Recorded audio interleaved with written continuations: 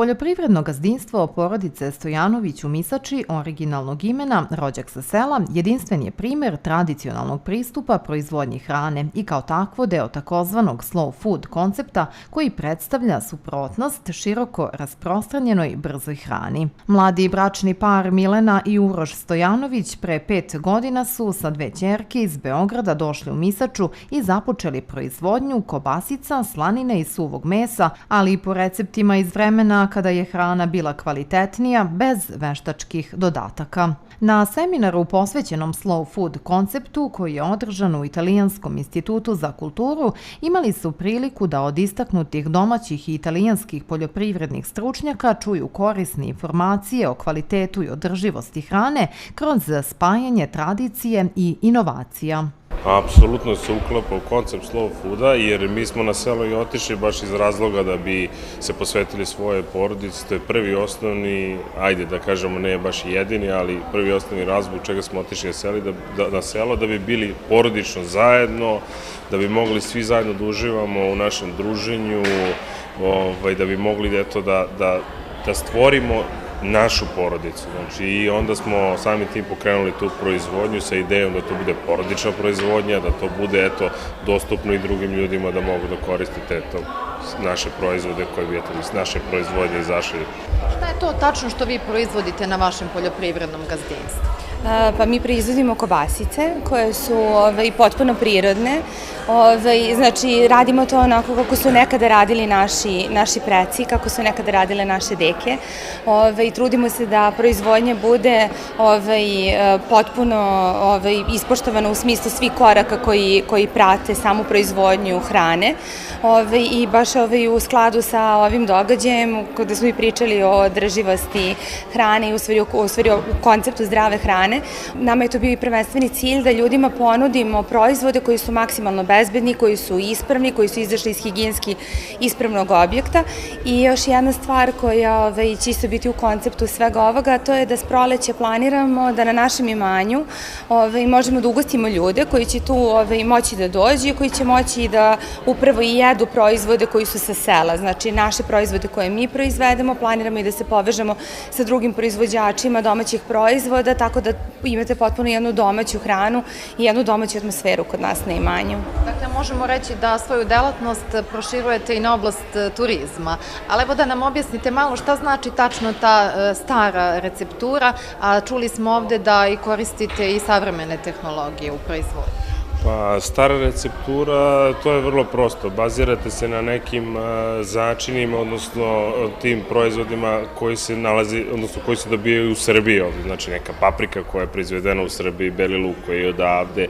Znači, prosto se snabdevate na domaćem tržištu, domaćem podneblju, a recepture, to je prosto su jednostavne recepture starih ljudi koji su to pravili nekada na svoj način, a udruživanje sa novom tehnologijama je zapravo stvaranje boljih uslova da bi taj proizvod bio što kvalitetniji i što bolje dobijen, znači i održivost da bi mu bila bolja. Recimo, mi naše proizvode vakumiramo, jedan od, kažemo, tehnologije koja je uvedena, a koristimo neke mašine koje mogu da nam olakšaju rad, tako da u principu nemate neke preterane, kažem, tehnologije, samo malo, olakšan rad i poboljšanje kvaliteta. A bavite se inače i voćarstvom? Jeste, bavimo se voćarstvom, to je prvo sa čime smo počeli, zasadili smo trešnje na 5 hektara, to nam je, da kažemo, osnovna prva neka delatnost, ovo je došlo iz neke naše, da kažemo, želje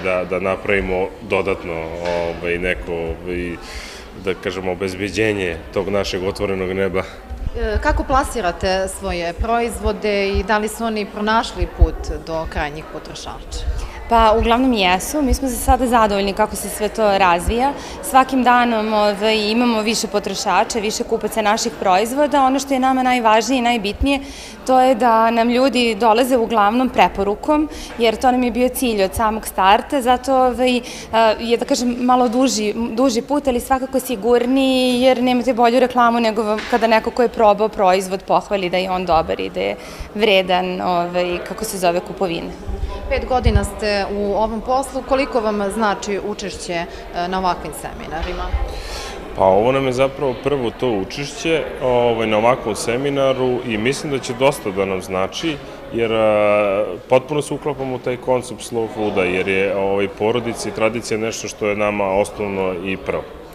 Eko-gastronomski pokret Slow Food promoviše zdravu ishranu, a osnovan je u Italiji. Između ostalog, Slow Food štiti kulturne identitete vezane za hranu i gastronomske tradicije, čuva tehnike uzgoja i prerade hrane nasleđene iz tradicije. U našoj zemlji, nažalost, Slow Food nije toliko poznat kao što je poznat u Sjedinjenim državama, u najvećim zemljama Evrope, pa čak i u Africi je veoma poznata i pokret Slow Food. Poslednjih godina se širi u Kini, međutim kod nas još uvek nije, naprosto je to najverovatnije naša krivica što se nismo dovoljno angažovali da promovišemo taj pokret. Možete nam navedete neke primere? Recimo, oni koji proizvode u skladu sa tim konceptom su upravo bili prisutni na ovom seminaru. Jeste.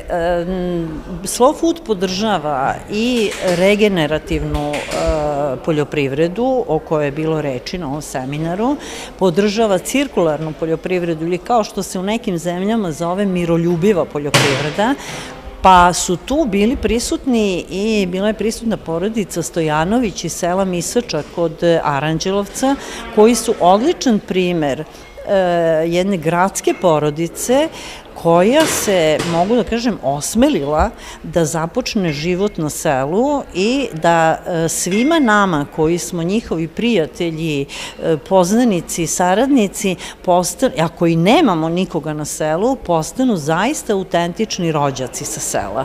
I ne samo mreža Slow Food, nego i druge organizacije koje su bile ovde prisutne, imamo veliku želju da ih podržimo i da zaista taj njihov koncept cirkularne poljoprivrede, čiste poljoprivrede, jednog čistog života na selu postane primer i za druge.